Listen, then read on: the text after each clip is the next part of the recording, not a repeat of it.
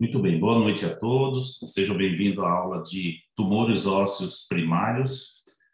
Eu vou passar para vocês um pouquinho sobre os princípios gerais de tumores músculo-esquelético, em especial falando do osteosarcoma e o sarcoma de Ewing, tá? São os tumores primários ósseos malignos. Muito bem. Quando se fala em tumor, nós temos primeiro que ter uma ideia que eles são raros. Os tumores primários músculo-esqueléticos, eles representam aproximadamente 15% dessas neoplasias primárias em pediatria e 1% das neoplasias malignas em adulto de forma geral, né? Essa incidência, 1% dos adultos, ela se torna rara. Porém, nos Estados Unidos, essa incidência de sarcomas, tanto de partes moles quanto ósseo, ele tem uma representação de cerca de 7.000 casos ano e em 2.500 casos ano, uma representação de partes ósseas e musculares. Essa incidência mostra que, apesar dele ser uma incidência baixa, a prevalência ainda existe, então nós temos que desconfiar sempre, tá? E a localização desses tumores, preferencialmente nas extremidades inferiores. Toda vez que você fala em tumores primários ósseos, imagina-se que a grande parte deles aconteçam em membros inferiores. Se a gente for pensar comparado com membros superiores, tem 13%. Existem outras localizações não tão típicas, mas que apresentam uma grande representatividade, que é o retroperitônio, cabeça e pescoço, e em outras situações. Quais são os fatores de risco? Existem fatores de risco para falar em tumores primários ósseos? Existe, quando a gente fala em tumores secundários. Os tumores secundários, eles podem ser ocasionados por um paciente que faz tratamento de radioterapia, imunodeficiência, lesões crônicas, implantes, linfedemas, infecções, paciente com neurofibromatose, doença de Paget, infarto ósseos múltiplos e algumas síndromes genéticas. Todos esses fatores, eles podem levar a um tipo de sarcoma secundário, que a gente vai explicar daqui a pouquinho. Qual o grande pulo do gato da medicina? É a gente fazer esse tratamento precoce para melhorar a sobrevida. Só que se eu consigo fazer um tratamento precoce, se eu fizer um diagnóstico precoce. Então, o treino de vocês, médicos que se formaram clínicos, exatamente para desconfiar. Como que a gente desconfia quando o paciente ele pode estar tendo a presença de um tumor primário ósseo? Quando ele apresentar dor, em algumas predileções, alguns tipos de tumores, eles são dores mais noturnas em relação à diurna. Alguns tipos de tumores têm prevalência maior numa raça branca, no caso, o sarcoma de Ewing, vocês vão ver. O sexo, praticamente, eles são bem próximos, tanto masculino e feminino apresentam uma incidência semelhante. Mas no sarcoma de Ewing, vocês vão ver que tem uma predileção um pouco maior para a menina, quando apresenta algumas alterações familiar com a característica genética e idade do paciente, tá? Muito bem. E o exame físico? Sempre a nossa conduta, nossa investigação começa numa boa anamnese. Não foge à regra a gente avaliar o estado geral do paciente. Exame cuidadoso de algumas particularidades desse exame. Nós temos que saber se esse paciente apresentou inicialmente uma tumoração, que tipo de tumoração, qual a localização, qual é a forma, consistência, se há presença de dor nessa palpação, se tem temperatura local, lembrando que quando eu falo em tumores ósseos primários, o diagnóstico diferencial, dependendo da morfologia do tumor, ele é osteomielite. Então, é muito comum ter temperatura, dor, uma atrofia muscular, paciente tendo febre. Quando a gente avalia o paciente que tem as manchas café com leite, que é aquelas manchas de coloração marrom, tá? Bem hipocrômica, hemangiomas cutâneos, tem algumas síndromes que podem estar ocasionadas por manifestações hemangiomatosas, palpar linfonodos regionais. Então, todo esse exame físico me faz pensar e imaginar do tipo de tumor que nós estamos falando. Diretamente, nós vamos falar base de 2 tipos de tumores malignos, tá? O diagnóstico por imagem, ele é muito preciso, ele é muito valioso, que consiste em avaliar essa lesão de uma forma mais sistemática. nós temos que ter atenção com o aspecto radiológico. Então, toda vez que eu ver um exame de radiografia de um tumor, eu tenho que ver as características, qual que é a margem desse tumor, qual que é a zona de transição, qual é a localização, se esse osso é um osso maduro ou se é um osso ainda imaturo, se está em fase de crescimento, se essa lesão apresenta um componente somente ósseo, ou se ela é misto, se ela tem um componente ósseo e um componente muscular. Na grande maioria das vezes, a radiografia ela me informa a linhagem e a agressividade desse tumor. Então, pensando nisso, no tratamento precoce, no diagnóstico precoce, nós temos que ter alguns critérios para seguir exatamente no tratamento precoce, na investigação radiográfica. Então, nós temos que pensar que o tumor primário ósseo, ele pode ser lítico, ele pode ter características escleróticas ou ele pode ser mistos, tá? Eu vou explicar para vocês cada característica. As lesões líticas, ela ocorre por destruição trabecular do ósseo, principalmente o esponjoso, e pode acontecer também na cortical, que é o osso mais impactado, mais firme. As lesões escleróticas são aquelas originárias de uma estimulação angioplática, alguma coisa que está provocando o osso vai reagindo, fazendo deposição de matriz do cálcio, tumoral, ou matriz condral, vai depender se é matriz cartilaginosa ou matriz óssea. Ou até mesmo ela cria uma área de necrose no interior desse tumor. Tá? Se a gente... Muito bem. Se a gente for ver essas imagens, aqui eu estou vendo à minha esquerda um paciente com uma formação óssea. Você vê que tem a matriz óssea central na região metafisária desse húmero, e provocando uma reação periossal importante, provocando uma formação óssea.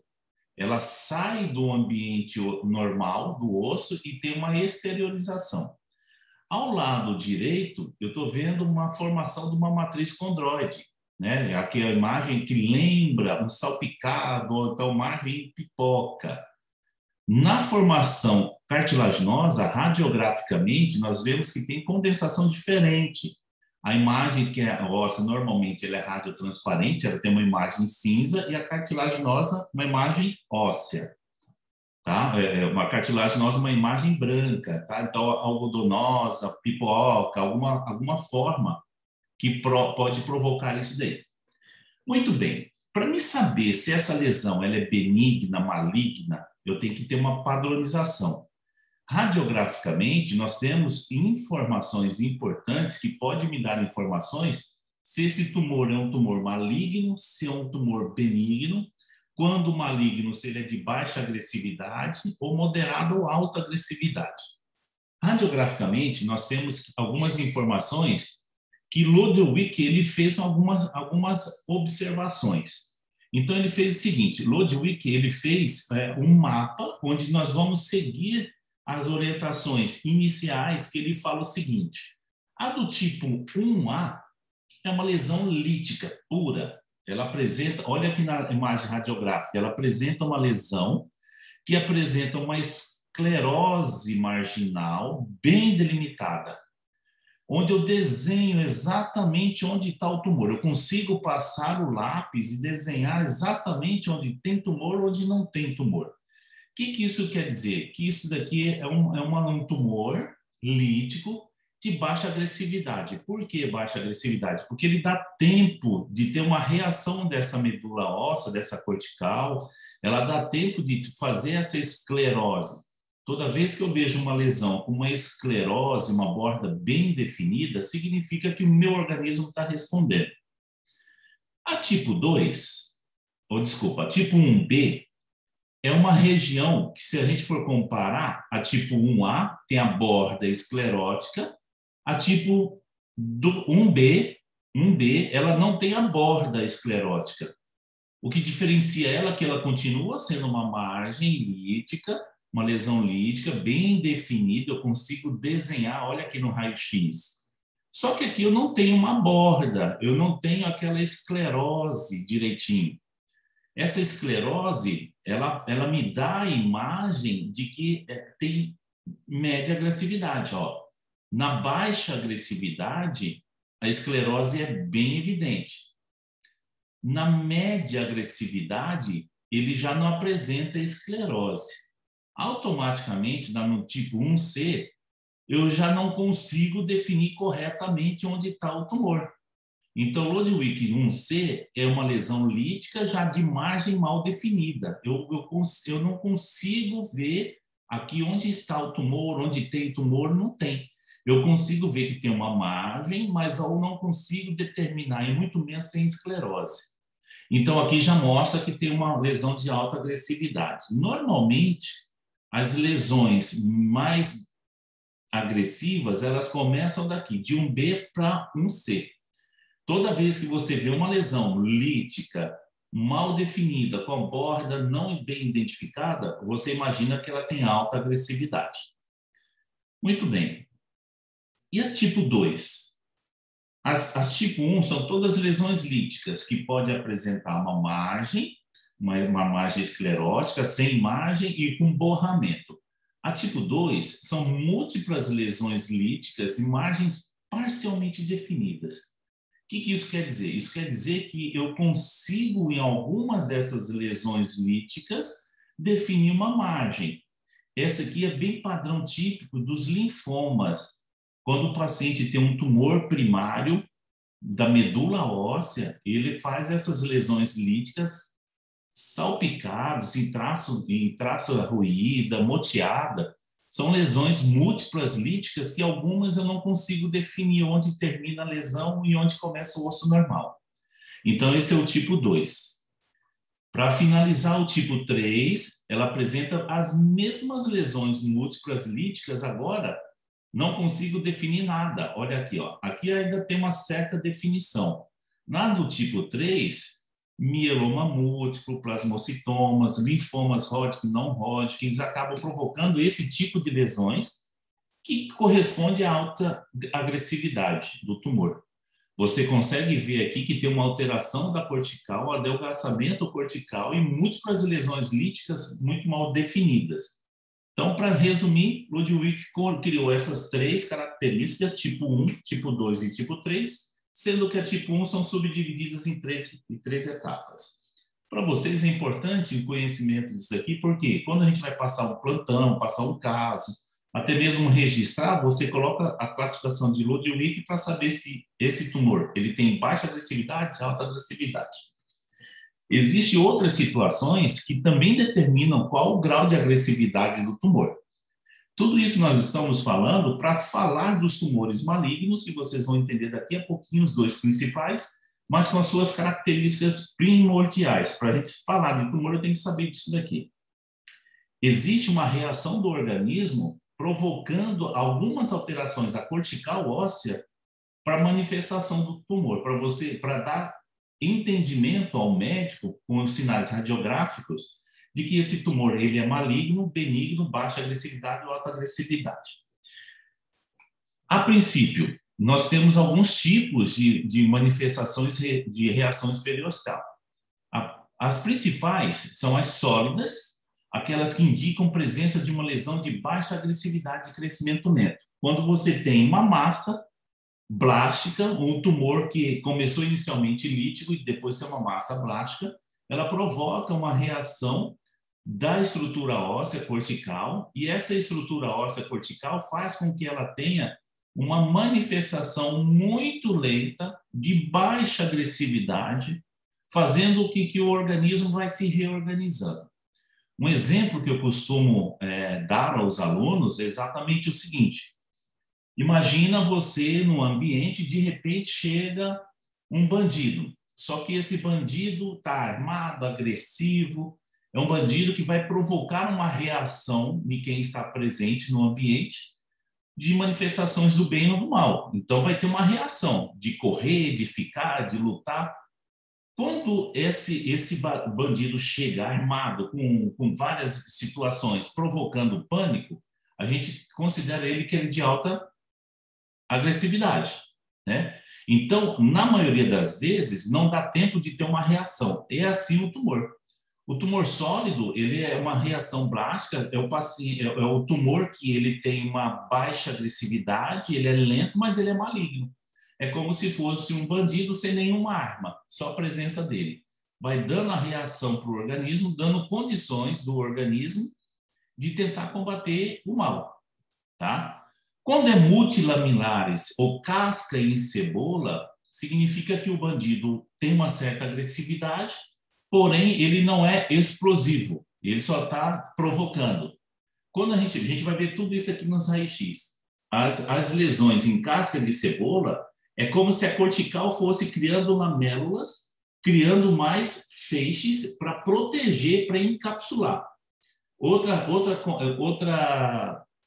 analogia seria o seguinte: você vai para o frio, você está só de camiseta. Para você proteger do frio, você vai colocando uma camisa, camiseta, um paletó, sobretudo, um acima do outro. Isso é casca em cebola. Vai criando proteção do periósteo, uma reprodução periostal e cortical para defender o organismo daquela agressividade. Também tem que ter uma baixa média agressividade para dar tempo dessa reação. Do terceiro tipo, as espiculadas, que é muito conhecida como raios de sol. As espiculadas, elas criam espículas perpendiculares à cortical óssea, só que são calcificações da vascularização do tumor. Isso aí mostra que ela tem alta agressividade. O seu organismo começa a fazer microcalcificações dos vasos que nutrem o tumor. E, normalmente, os tumores malignos, eles produzem angioneogênese de massa. Então, eles acabam tendo uma vascularização periférica, uma vascularização que vai mantendo a nutrição do tumor e não morre o tumor. Mas ele faz aqueles raios de sol, calcificações, que representam altíssima agressividade. O triângulo de Koedman também é uma manifestação sólida, que ela indica lesão de alta agressividade, caracterizando por um levantamento, uma interrupção do periósteo. Imagina aqui, ó, olha na imagem, eu tenho um tumor, vou pegar o mouse aqui para mostrar para vocês, aqui é a estrutura óssea, mouse, e a minha mão seria o periósteo. Entre o osso e o periósteo vai ter um tumor. E a base, ele vai aumentando o tumor. Então, como se fosse aqui o mouse, a estrutura óssea, e a base desse triângulo é a massa tumoral. A pontinha do vértice do triângulo é tecido ósseo normal. A gente vai ver aqui agora. Então, quando você tem uma reação tipo triângulo de Koedman, também indica que o paciente está tendo um tumor maligno de alta agressividade. Normalmente, os osteosarcomas, principalmente os centrais, causam isso daí. Olha aqui a manifestação inicial. Então, aqui, ó, aquilo que eu falei para vocês, na fíbula desse paciente, por um sarcoma de Ewing, que a gente não está vendo as lesões líticas aqui, mas existem, ele ocorre um espessamento da cortical, e isso aqui vai colocando um depósito de uma camada sobre a outra, para tentar encapsular esse tumor. Isso é o casca em cebola, tá? Esse outro tipo, raios de sol. Nesse fêmur distal, um sarcoma parostal, aqui nós temos dois tipos de tumor, de manifestação periostal. Os primeiros, o raio de sol, que a gente vai ver num próximozinho, mas esse triângulo que está montado aqui em cima, nessas duas setas vermelhas, é o triângulo de Koedman. Tá? O que o triângulo de Koedman vai provocar? Na ponta do triângulo, lá no ápice do triângulo, é o tecido normal. Isso aqui também me dá o parâmetro de agressividade e localização do tumor. Então, na ponta do triângulo de Koedman, ele tem um tecido ósseo normal, e em sua base, olha o tamanho do tumor que fez aqui o triângulo. Na sua base está a massa crescente produtora de tecido ósseo. Então, essa massa crescente tumoral maligno, ele vai descolando o periósteo e criando esse triângulo de Koedman, tá? E o raio de sol, nessa próxima imagem, a gente vai ver, clássico, você vê que tem vários riscos ao redor da cortical óssea, que são as vascularizações do tumor e uma tentativa de calcificação, microcalcificações desses vasos causam o do raio de sol. Todos isso aí, essas manifestações periostais, são manifestações de tumores malignos, mas pode também ocorrer em alguns tipos de osteomielite. É possível acontecer. Por isso, vocês vão sempre estar ouvindo que osteomielite é um diagnóstico diferencial desses tipos de tumor. Tá bom? Já sabemos a sua epidemiologia. Professor, Oi. desculpe interromper o senhor, mas teria alguma relação em questão de intensidade da dor com o tipo dessa reação ou não? Correto. Quanto maior as manifestações periostal, maior intensidade da dor. Por quê? Nós sabemos que na matriz óssea, na cortical, na medular, não tem terminações nervosas. Então, um osso, para ele causar dor, eu tenho que ter uma reação do periósteo. Então, essa observação foi fantástica. Toda vez que tem uma reação periostal, o paciente tem manifestação dolorosa. Quando o tumor, vou voltar a imagem aqui, quando o tumor ele é central, está bem no meio da medular óssea, ele só vai causar dor se tiver uma fratura patológica ou se tiver uma pressão medular fazendo uma lesão cortical e com isso uma compressão do periósteo. Tá bom? Perfeita observação.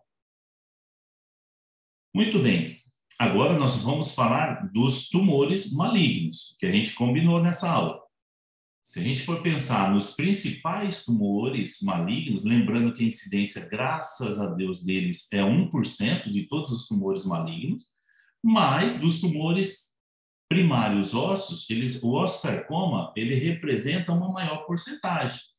O osteosarcoma, ele é o segundo tumor maligno primário mais comum do osso, tá? 20% das neoplasias primárias do osso são representadas por osteosarcoma. Ele produz uma alta produção de osteoide, ou seja, ele vai produzir osso em velocidades de progressão geométricas. E são células malignas que eles estão produzindo. O início, ele não tem predileção. Ele pode ser desde a infância até no adulto. Só que o primário de alto grau, ele tem uma preferência à segunda década de vida, então no paciente jovem. Já o parostal, ele pega um pouquinho mais idoso, paciente de 30 a 40 anos de idade, a quarta década de vida. Quando a gente fala em tumores secundários, que são aqueles tumores provocados, quando o paciente não tinha um tumor, ele tem uma patologia, aqueles fatores de risco, o paciente fez uma radioterapia para o pulmão, para a próstata e apareceu o tumor secundário. Então, eles estão nos pacientes mais idosos, que são mais expostos a esse tipo de tratamento, de uma predileção bem pequena em relação do homem para a mulher. Então, quando a gente fala em tumores primários, é de igual para igual, geralmente da segunda a quarta década de vida. Os secundários é no paciente mais idoso e uma predileção um pouquinho desviada para o homem. As raças no osteosarcoma não tem diferença. Qualquer raça ela vai ter uma incidência semelhante. E presta atenção nessa última informação desse slide. Os osteosarcoma, como todos os tumores, como todas as osteomielites, a predileção dele é o fêmur distal, tíbia proximal e húmero proximal. Ou seja, na sua grande maioria, esses tumores, eles ocorrerão no joelho ou no ombro. Resumindo, tá bom? Muito bem. Quais os sintomas de um paciente com osteosarcoma? Nós falamos agora que para ter uma lesão óssea que cause dor, ele tem que fazer um comprometimento periostal. Só que pensa numa célula em mitose exagerada produzindo osso, ele vai criar uma pressão intramedular importante e essa pressão levar a um comprometimento cortical. Então, a dor ela é progressiva. Inicialmente pode melhorar com algumas medidas conservadoras. Aqui que engana a gente. Na fase inicial, a criança ou o adulto fala, tá com dor no joelho. Aí ele fala, vou tomar analgésico, fazer um repouso, não vou jogar bola, que vai melhorar. E acaba melhorando. Por quê? Ele está em metabolismo, você faz um analgésico, acaba melhorando. O que causa essa falsa sensação de segurança e dificultar bastante o diagnóstico. o diagnóstico desses tumores, eles são muito retardados, no sentido de difícil. O paciente, até o diagnóstico, o paciente chegar ao médico, demora-se muito tempo. Geralmente, esses pacientes, eles apresentam uma dor noturna bastante importante. Porém, é só 25% dos pacientes que têm osteosarcomas que eles são caracteristicamente noturna, tá? Então, tem umas características mais importantes. O atraso médio, para vocês terem ideia, isso aqui é para a gente pensar, e agora com a formação dessas nova geração de médicos, a gente pensar o que nós precisamos oferecer para o paciente, que é o diagnóstico precoce. Diagnóstico precoce igual tratamento precoce, igual melhora de qualidade de vida, tá? Para vocês entenderem que o osteosarcoma, do início dos sintomas até o diagnóstico correto, demora em torno de 15 semanas, praticamente 3 meses. Dessas 6 semanas, desde o início dos sintomas até a primeira consulta, ou seja, 1 mês e meio, o paciente com dor, melhora daqui, piora de lá, até ele consultar com o médico. Depois, mais 9 semanas dessa primeira consulta até o diagnóstico correto. Então, assim, é uma perda de tempo. Nós estamos falando de alta metaplasia, de alta mitose, alto metabolismo. Então, esse tipo de tumor, nós temos que ser rápido também. Onde estão as falhas, professor? A primeira falha é o paciente chegar no médico. E quando chega, a gente não valoriza. Existem alguns estudos mostrando que quando a gente não pede raio-x na primeira consulta e quando a gente não repete o raio-x, quando o sintoma persiste, nós estamos omitindo um certo diagnóstico. Poxa, professor, mas nós vamos ter que pedir raio-x para todo paciente que chegar? Não, nós vamos encarecer muito o sistema de saúde e não é esse o objetivo. O objetivo é você desconfiar, você saber da epidemiologia, saber do quadro clínico e aquela dor que não está melhorando de um longo período, no mínimo uma radiografia. O que eu posso ver na radiografia? As lesões líticas que Ludwig classificou para a gente. Na fase inicial, difícil. Mas quando o paciente procura, lembro vocês, ele já, do primeiro dia do diagnóstico, dos sintomas até a consulta, a primeira consulta, 1 mês e meio. Então, já tem manifestações radiográficas. Resumindo, o raio-x simples é uma ferramenta mais importante para o diagnóstico correto. É um exame barato, quando a gente sabe ver as imagens, me dá informações necessárias. E esses aspectos, quais os aspectos da radiografia que eu vou ver? Primeiro, localização. Lembra que eu falei que a maior parte desses pacientes, eles desenvolvem esse tipo de tumor no joelho, fêmur distal, tíbia proximal e no úmero. Então, se você vê uma lesão agressiva, metástase do osso longo, principalmente nessas regiões de maior chance, quando você apresenta uma lesão, já tem um comprometimento tanto plástico quanto lítico, é sinal que já teve uma produção óssea, uma destruição óssea já visível a raio-x. Elas provocam lesões permeativas e apresentam aquelas margens mal definidas, que são as reações periostais. Na maioria das vezes, quando o paciente já procura o diagnóstico médico, a gente já consegue ver aos exames de radiografia triângulo de Kodman, raio de sol, casca de cebola. Então, a radiografia precoce tem que saber realmente investigar. Professor, quais outros exames a gente pode pedir? Quando se fala de tumor, nós temos que fazer um rastreamento, né? Então, nós temos que fazer um screening desse paciente. Nós temos que ver todo o corpo do paciente. Por quê? Preocupando com metástase. A ressonância magnética é um excelente exame para avaliar a extensão e a localização do tumor e o seu comportamento quanto à agressão de partes moles ou não, tá? Ela tem excelente, altíssima sensibilidade, especificidade, e ela me dá informações exatamente o que eu preciso na minha programação do meu tratamento.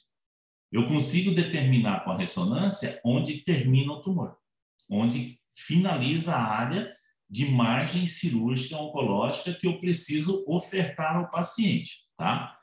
A cintilografia óssea, bom, ela deve ser obtida para buscar metástase a longa distância, né? O skip metástase, ou metástase em outras partes, pulmão, abdômen e assim vai.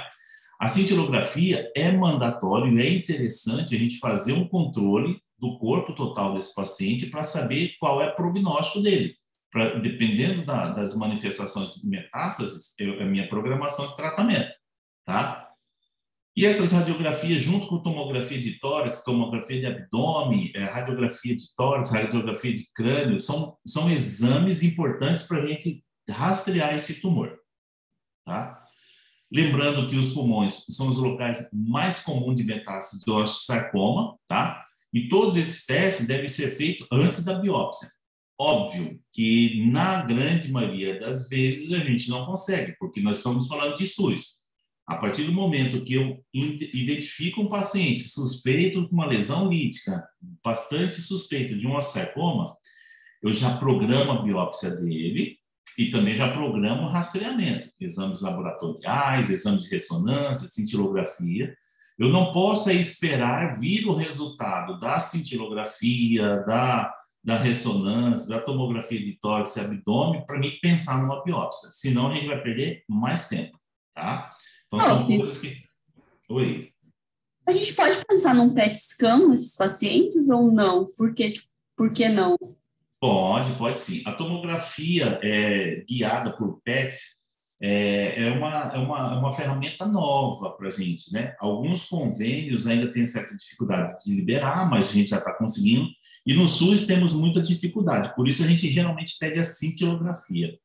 O PET scan, ele é o padrão ouro para investigar metástase, tá? Só que é um exame de difícil manuseio, porque precisa de carga tanto de tomografia quanto de radioisótopos para fazer um contrastezinho, uma radiação, e tem um custo ainda elevado, tá? Sendo que a cintilografia, com essas informações, dependendo do tipo do tumor, a gente consegue resolver bastante, tá bom?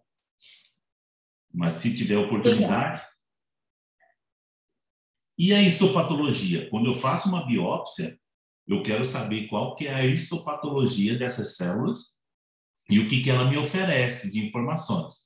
Então, quando a gente vê uma biópsia, uma lâmina de um osteosarcoma, nós temos que pensar que essa lâmina ela vai apresentar osteoides múltiplos, tá? Ela apresenta uma massa óssea homogênea de natureza bastante proteica, que ela está em mitose infrequente, tá? Essas células neoplásicas, elas estão incluídas no interior do núcleo. Então, veja só, aqui a formação osteoide, e quando você vê os osteoblastos, você vê eles polinucleares, tem várias formações de núcleos. Então, isso aqui dificulta todo o controle, tanto de quimioterapia, radioterapia, porque eles apresentam alto poder de angiogenesis, alto poder de mitose, eles acabam se transformando, levando uma dificuldade nesse tratamento, tá bom? Bom, o osteosarcoma, classicamente, ele pode ser primário ou secundário, como já falei para vocês. Primário, quando o paciente não tem lesão nenhuma, aparece exatamente o osteosarcoma. E secundário, quando ele tem uma patologia de base, a gente vai ver daqui a pouquinho. Os osteosarcoma, eu dividi aqui os primários em convencional, intramedular de baixo grau, periostal, de superfície de alto grau, telangiectásico e de pequenas células. Por que essas divisões? Na histopatologia, a gente consegue determinar algumas características que me facilitam tanto no tratamento quanto no prognóstico desse paciente, tá? Mas a informação para vocês, de agora em diante, é o osteosarcoma. Esse aqui, como é uma aula feita para residente, então a gente coloca essas classificações que para o especialista é importante. De agora em diante, a gente vai falar dos osteosarcoma para vocês. Então, se vocês forem ver o osteosarcoma convencional, é uma lesão que começa na medular óssea e ela ultrapassa. A cortical ultrapassa a estrutura óssea para partes moles, tá? Então, é uma lesão que interrompe essa cortical e ela faz uma tumoração extraóssea numa parte mole. Característica de alto grau. Olha só o exemplo, uma ressonância, mostrando o esqueminha do paciente no fêmur distal, é exatamente o que a nossa epidemiologia mostrou. Um segundo tipo, Esse aqui é o mais comum, o convencional. O segundo tipo, também periostal, ele tem algumas características importantes. Ele tem um grau intermediário que se origina na superfície do osso. Se vocês forem ver, o convencional se origina intramedular, ou seja, ele compromete a medula óssea. Já o periostal começa na cortical. Localização dele mais comum, diáfise de fêmur. Ele foge um pouquinho aquelas características do húmero proximal, fêmur distal, ele pega diáfise. E ele pega um paciente mais elevada idade, um paciente depois da sua 40 década de vida. Qual que é a grande característica desse tipo de tumor?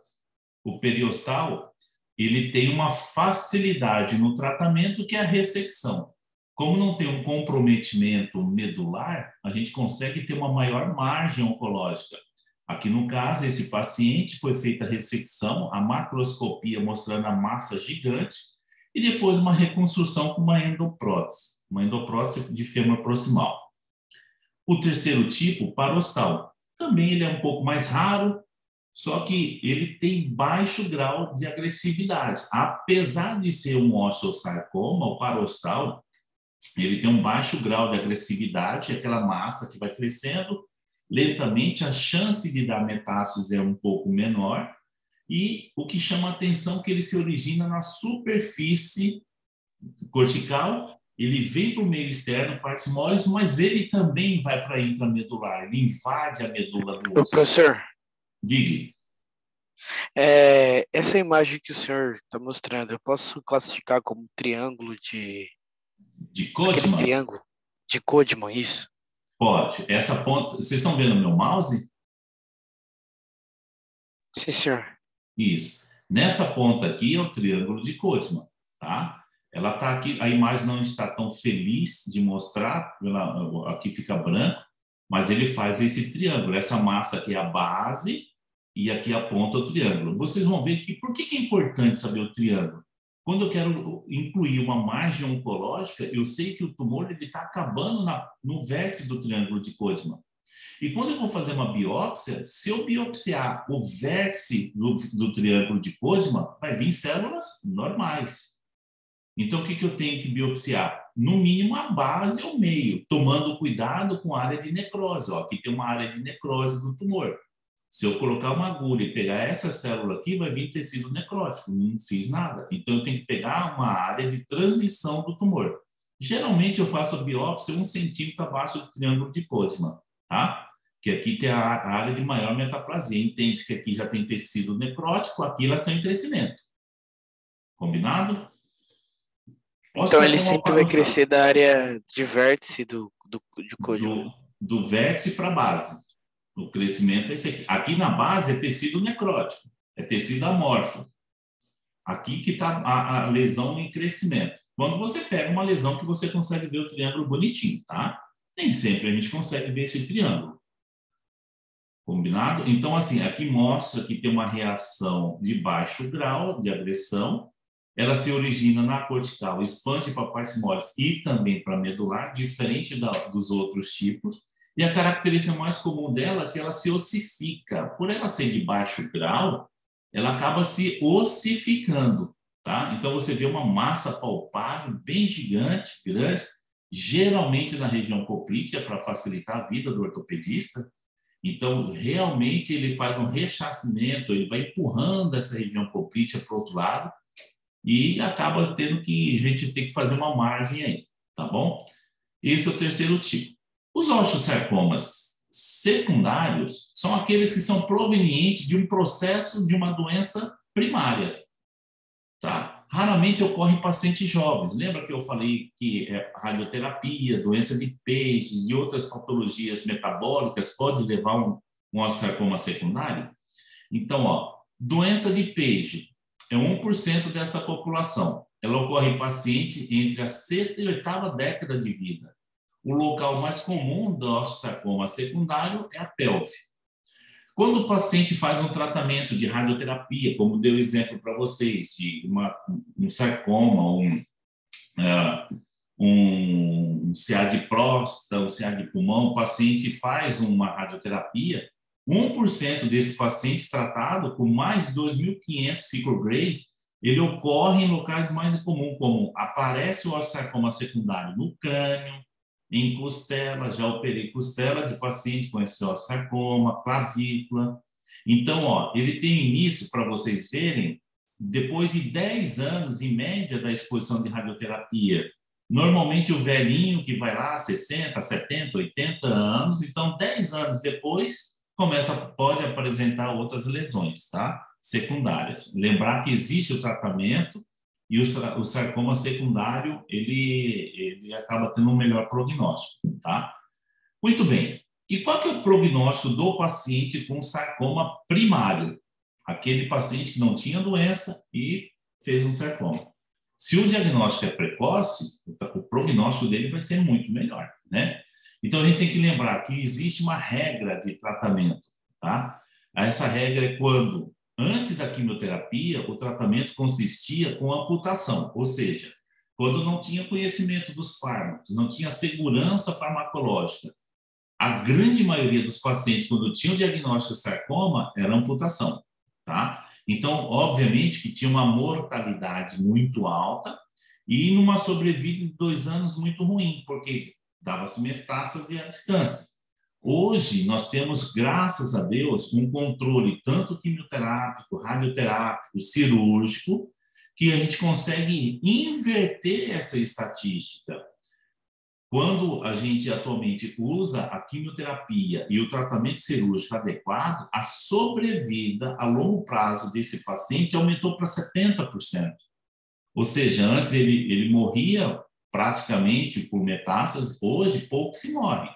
Uma incidência mais de sobrevida, melhor de sobrevida.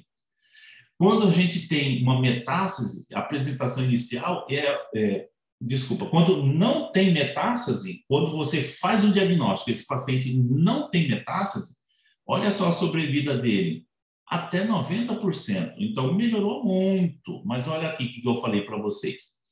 Quando eu pego um paciente com osteosarcoma de alto grau, sem metástase, lembro o início da aula que o paciente, para chegar no primeiro médico com sintomas, ele demora 6 semanas.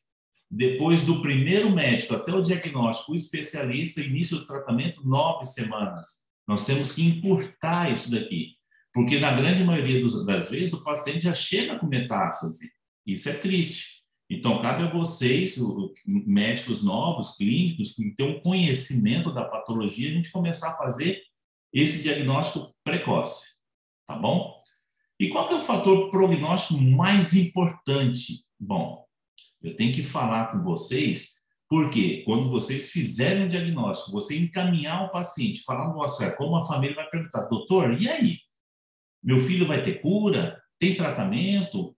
Vai ter outras complicações? Nós vamos ter que saber. Então, o melhor parâmetro de prognóstico é a extensão da lesão no momento do diagnóstico. Ou seja, volto a repetir para vocês, se eu faço o diagnóstico precoce, eu pego uma lesão pequena. Eu consigo controlar essa lesão. Então, quanto menor a lesão, melhor o prognóstico no seu diagnóstico. Olha que triste isso aqui, ó. 15% dos pacientes apresentam metástase pulmonar no momento do diagnóstico. Isso nós temos que zerar. Não pode mais chegar a 15%. Essa é a ideia dessa aula. Vocês saberem que existe essa patologia e desconfiar. Pediatra, clínico, geriatra. Esse paciente tem um mau prognóstico, menos de 20% de sobrevida a longo prazo. Ou seja, chegou para mim com metástase e a chance de sobrevida dele diminuiu bastante. Então, paciente com metástases não pulmonares, metástases ósseas, tem um prognóstico ainda pior. Então, quando a primeira manifestação geralmente é o pulmão, a gente tem uma sobrevida mais curta. Quando já tem metástases para outra estrutura óssea, chamada skip metástases, saltitantes, metástases saltadas, o prognóstico é muito pior, tá? Então, assim, toda essa imagem, todo esse slide aqui é mostrar para vocês do diagnóstico precoce. E o grau da lesão é um segundo fator prognóstico mais importante, óbvio. Lesão de baixo grau raramente vai ter metástase. Lesão de alto grau e lesão extensa, com metástase, um prognóstico é pior. O tamanho do tumor primário também parece ter um significado para esse prognóstico.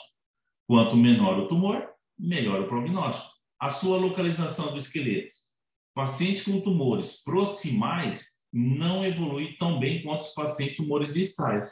Paciente que tem tumor na extremidade do membro, tornozelo, pé, o prognóstico acaba sendo melhor em relação com a localização. Mas a gente viu que a maioria deles, a incidência no fêmur distal, tíbia proximal e húmero proximal. Idade e sexo, olha só que legal, no osteosarcoma, a idade e o sexo, ele não representam significado prognóstico. Então, se a gente pegar precocemente, tanto criança, adolescente, adulto, idoso, e não tiver metástase óssea e tiver uma lesão primária pequena, o prognóstico é bom. Tanto faz a idade, a resposta vai ser a mesma. Tá? Muito bem, e o tratamento? Pessoal, tratamento tem uma fórmula e está em amarelo. Quem não consegue ver o amarelo, esses 3 últimos palavras aqui.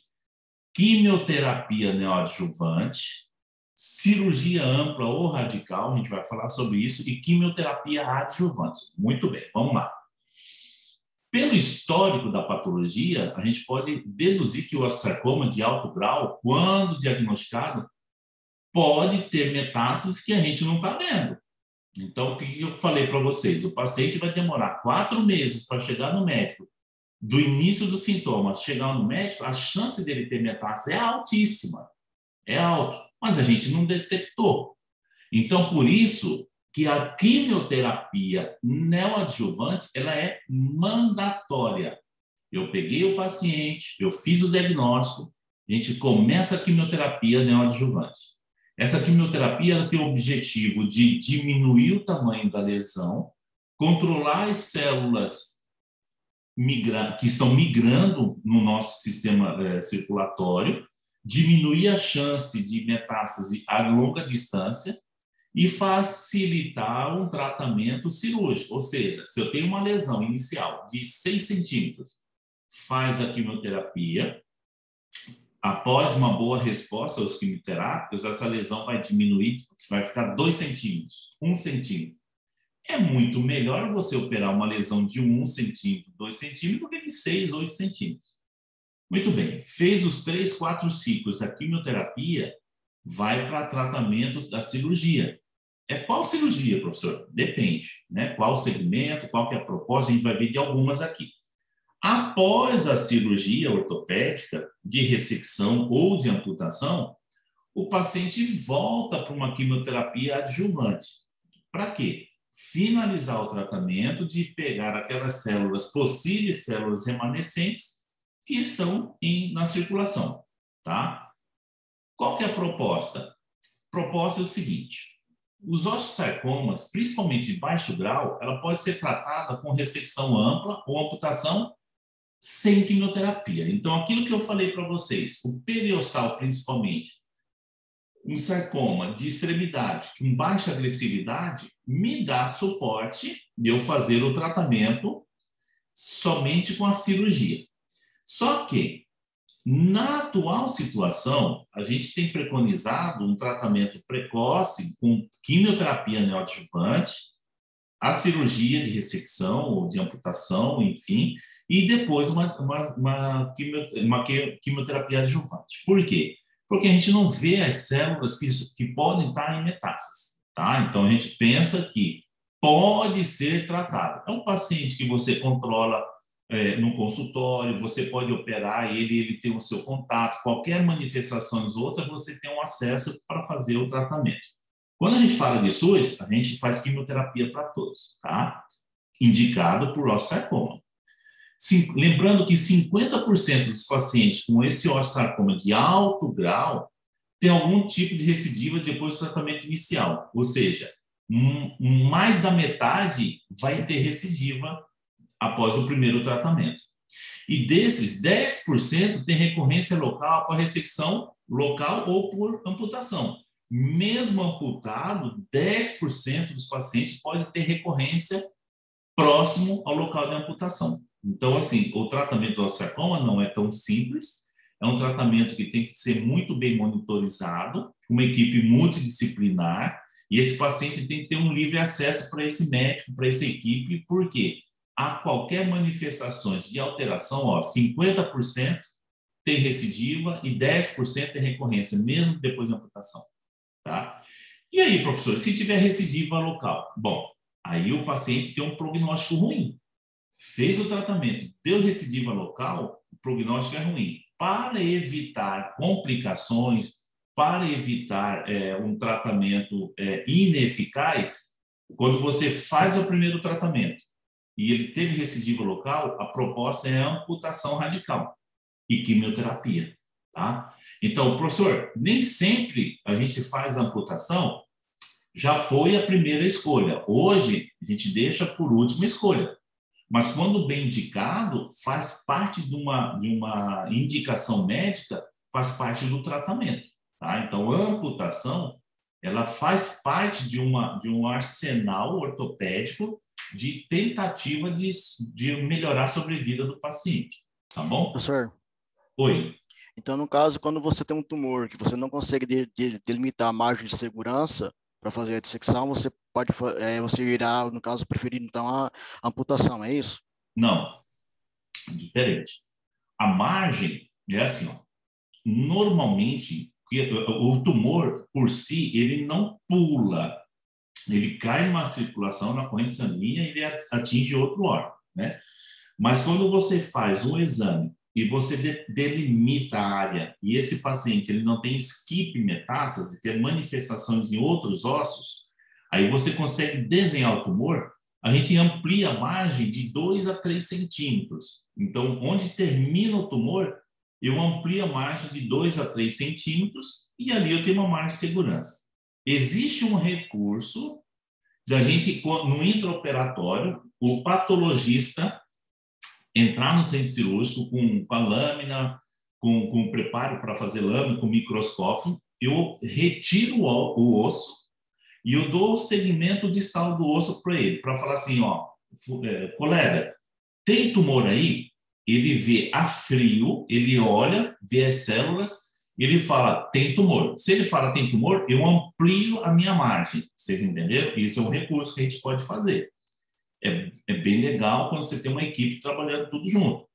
Então, o patologista no centro cirúrgico, no intraoperatório, você amputa, você tira um segmento, ele analisa aquele segmento.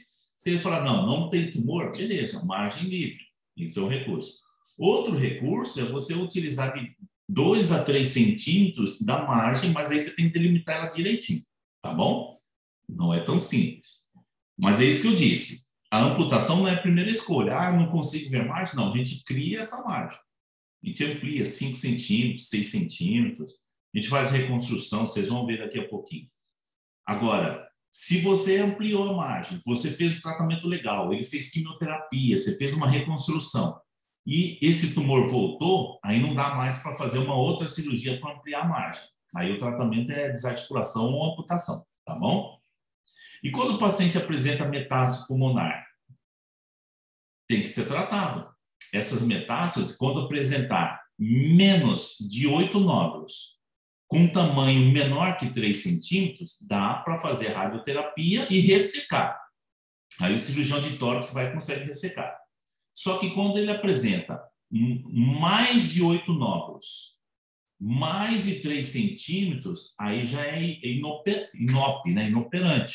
Então, nesses casos, tratamento de radioterapia, tudo, aí você tem que fazer o estudo da metástase, tá bom? Quando não dá para ressecar, é inópio, não tem jeito. Bom, aqui alguns exemplos de casos meus, paciente jovem, um osteosarcoma convencional de úmero proximal. Foi feita a ressecção proximal do úmero, não é uma amputação, porque o segmento continua. Ele tem uma funcionabilidade do braço, e aqui fiz uma reconstrução com uma endoprótese de úmero proximal. Qual que é a função da endoprótese? Do úmero proximal? É um espaçador que dá uma estética para ele. O cotovelo funciona normal, prono, supino de antebraço.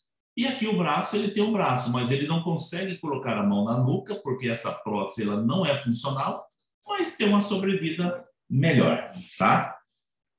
Esse segundo caso, um paciente parostal, uma lesão, olha só a lesão lítica grave do cotovelo da paciente, é uma mulher, e a gente não conseguiu, de imediato, já chegou para mim nessa situação. Já tinha metástase para o pulmão, tá? É uma paciente que a gente optou por fazer uma estabilização da fratura, aí depois eu fiz uma reconstrução, só que não tenho as imagens aqui para vocês, só que o resultado não ficou bom, porque a paciente do interior e teve alguns problemas de quimioterapia, enfim, não foi feliz no tratamento. Mas já me chegou nessa situação. Praticamente essa imagem é o dia que eu fiz o diagnóstico dela. O dia que eu fiz a biópsia, já estabilizei, tá? Para vocês lembrarem do tratamento, do diagnóstico precoce para o prognóstico do tratamento, tá bom? Então, tudo que eu falei agora foi do osteosarcoma. A gente vai começar a falar agora do sarcoma de Ewing, que antigamente era chamado de tumores neuroectodérmicos, né? Então, eram tumores de pequenas células e se diferenciavam bastante dos osteosarcoma. Hoje, a gente vê que é da mesma família, com algumas características, o sarcoma de Ewing. É o quarto tumor maligno primário mais comum no osso. O segundo mais comum em pacientes jovens, olha só. Ele é quarto nos ossos normais, o segundo em pacientes jovens, e presta atenção, ó, em crianças menores de 10 anos, ele é o tumor mais prevalente. Então, aquela criança que está na fase de andar, engatinhar, está na fase pré-juvenil, 10 anos, aquela criança começa a ter dor, calor local, mancar, criança que está chorando fácil, temos que investigar que pode ser um tumor primário, tá? Então, 1%, desculpa, o primeiro mais comum desses pacientes. A incidência baixa mas existe. E presta atenção, 9% dos tumores malignos primários do osso. É um tumor, então, que tem uma incidência representativa, graças a Deus é baixa, mas quando a gente está falando de tumores primários ossos, ela tem uma representação importante. E a localização? Não muda. Metáfise dos ossos longos, muitas vezes em extensão para diáfise. No segundo, osso mais chatos. Então, esse osteosarcoma, ou melhor, sarcoma de Ewing, eles acontecem na cintura escapular e na pelve. É bastante comum.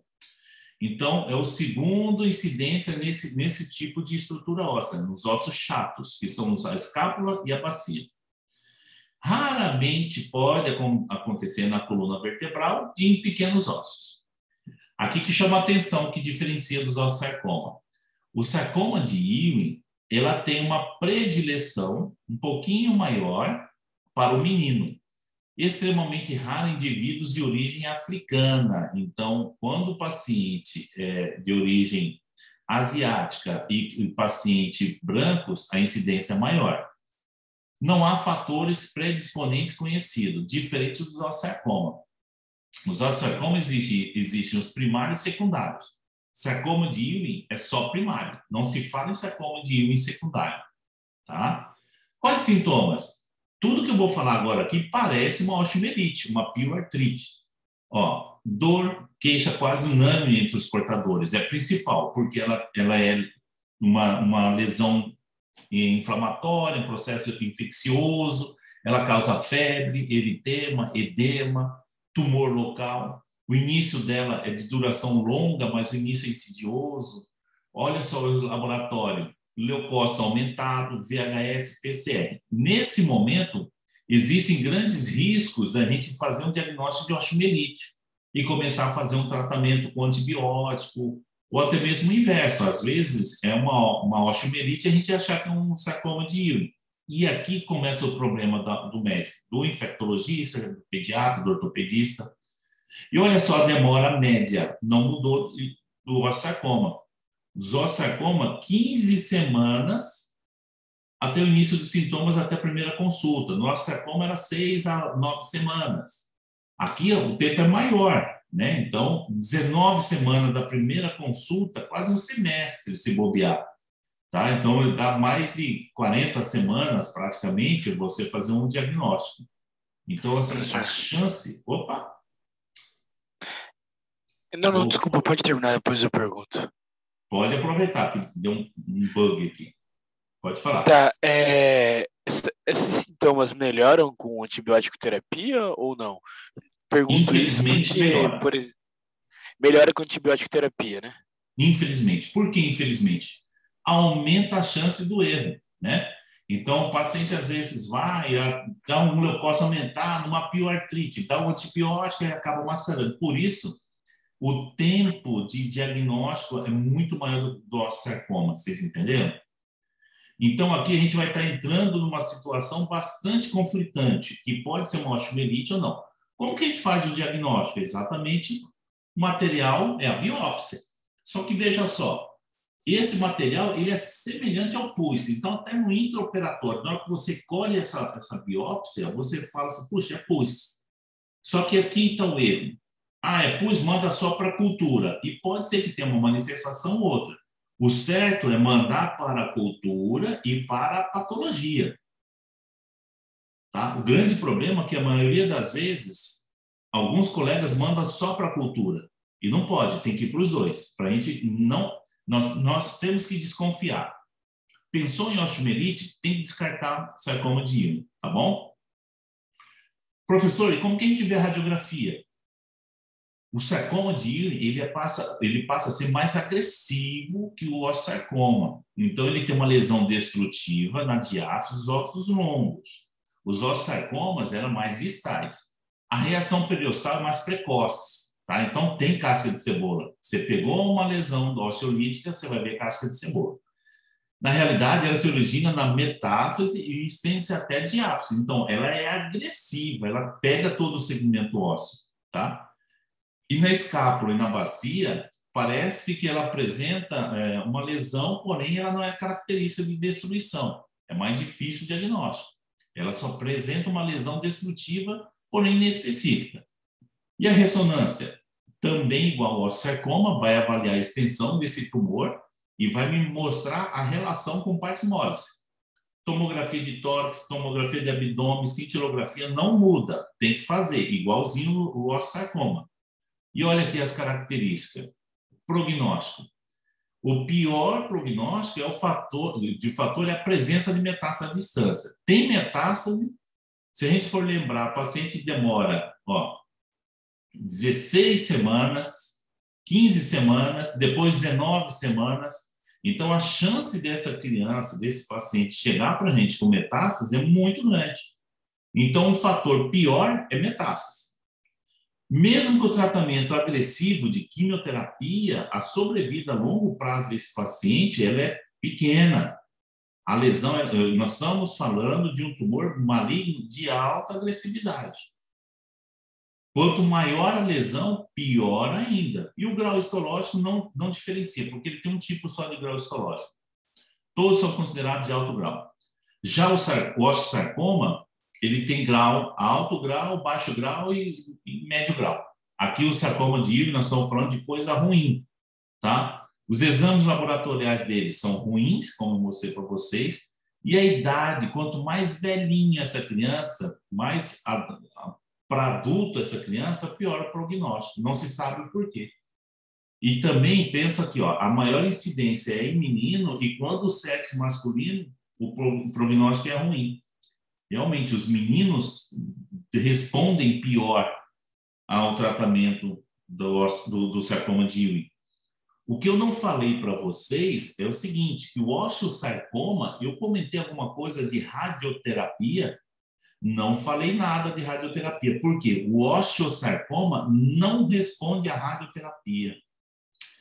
A não ser que é uma lesão que está lá, que o paciente não tem condições nenhuma, a gente quer ganhar melhorar o paliativo desse paciente, faz uma radioterapia para analgesia, mas ele não responde à radioterapia. O que diferencia aqui o tratamento desse paciente, que ele do sarcoma de Ewing, ele responde à radioterapia. porque o sarcoma ele é muito sensível à radioterapia. Isso é um fator bom, porque você viu a agressividade, é um tumor maligno. O tratamento não muda, quimioterapia neoadjuvante, cirurgia e depois quimioterapia adjuvante. O tratamento local da lesão primária ele é controverso, nem sempre dá para operar, porque se pega a pelve, para a gente fazer hemipelvectomia, é uma comorbidade muito grande, é uma morbidade para o paciente, a família às vezes não aceita, aí a gente vai para a radioterapia, faz a programação de radioterapia e a gente consegue controlar essa patologia. Porém, existem alguns autores que relatam que taxa diminuída de recorrência local, ou seja, abaixo de 10%, e taxa aumentada de sobrevida com ressecção ampla do tumor primário. Ou seja, fez o diagnóstico, quer melhorar a qualidade de vida do paciente, tem que operar. É essa que eu sigo. Então, assim, eu vim de uma escola que a gente via o diagnóstico, faz a cirurgia, porque a gente não pode brincar com esse tumor. Ele é um tumor altamente agressivo, de uma recidiva importante, e por mais que responde à quimioterapia, à radioterapia, a chance de sobrevida do paciente é um tratamento mais amplo, né? Eu quero melhorar a sobrevida do paciente, então eu tenho que fazer uma ressecção ampla desse tumor, tá? Porém, isso tem que ser questionado, tem que ser discutido com os pais, discutido com o paciente, porque essa escolha ela passa a ser individualizada. Então, aqui não tem uma receitinha de bolo do que se pode e o que se não pode fazer. O que a gente, da escola que a gente vem, a gente tenta ser mais agressivo, porque o tumor ele é agressivo. E a gente não pode dar tempo para esse tumor dele ter outras respostas, tá? E a recorrência tem significado prognóstico? Opa! Se a recorrência for local, a sobrevida em 5 anos do paciente cai para 20%. E se ela tiver metástase, a sobrevida de 5 anos cai abaixo de 10%. Então, isso é muito triste. Isso significa que a gente tem grande chance de perder o paciente. Então, nós temos, por isso eu falo, não dar trégua para esse paciente. Mas eu quero que vocês lembrem que até chegar ao médico, 15 semanas, depois até o diagnóstico, mais 19 semanas. É muito tempo, infelizmente. Tá? Muito bem. E como que faz o tratamento? Bom, aqui algumas manifestações radiográficas. E como que faz o tratamento? Reconstrução. Tá? Esse é um caso, uma pacientezinha que já é conhecida por alguns aí até. Ela apresentou numa fase inicial, ela chegou para mim com, se não me engano, 4 a 6 semanas com o início da dor, fez uma fraturinha patológica, a gente vê aqui, ó, que tem um varismo da tíbia proximal, foi tratada como uma fratura, veio do interior, fiz o diagnóstico.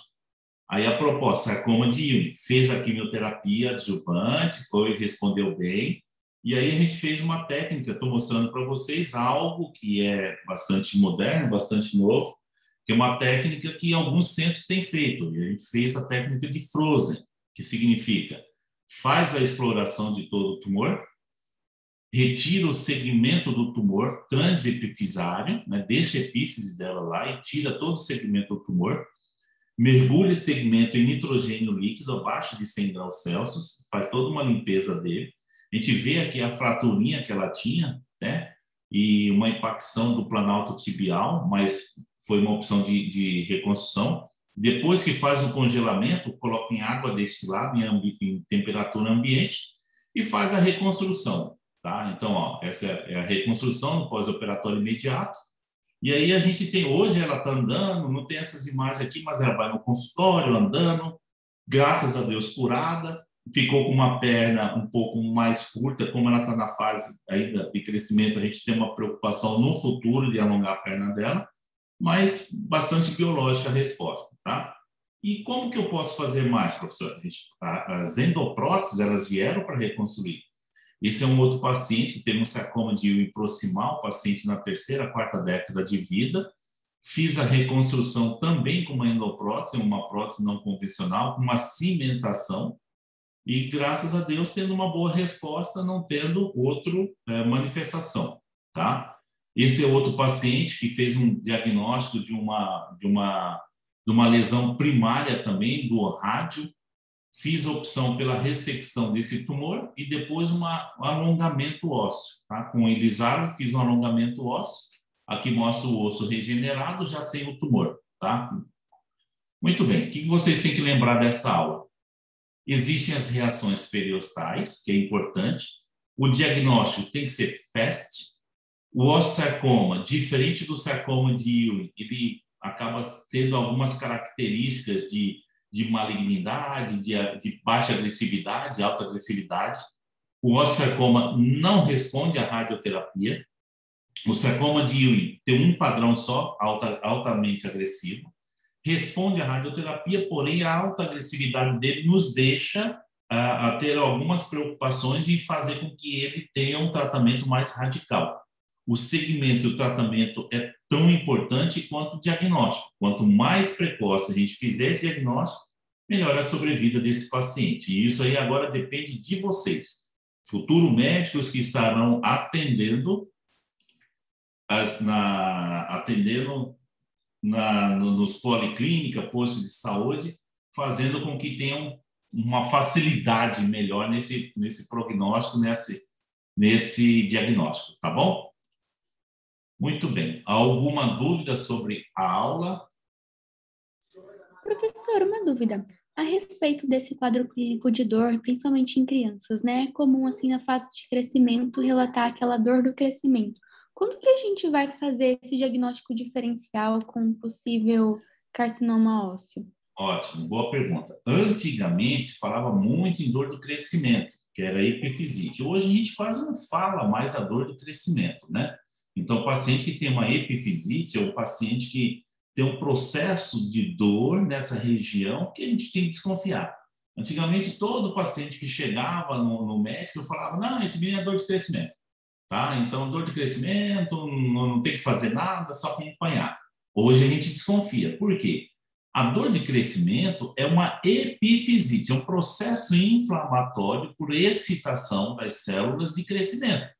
Só que, assim, é uma dor que ela tem algumas características que melhora, é uma dor que vem esporádica, geralmente é no final do dia, onde a criança tem um repouso, começa a ter a sensação de dor.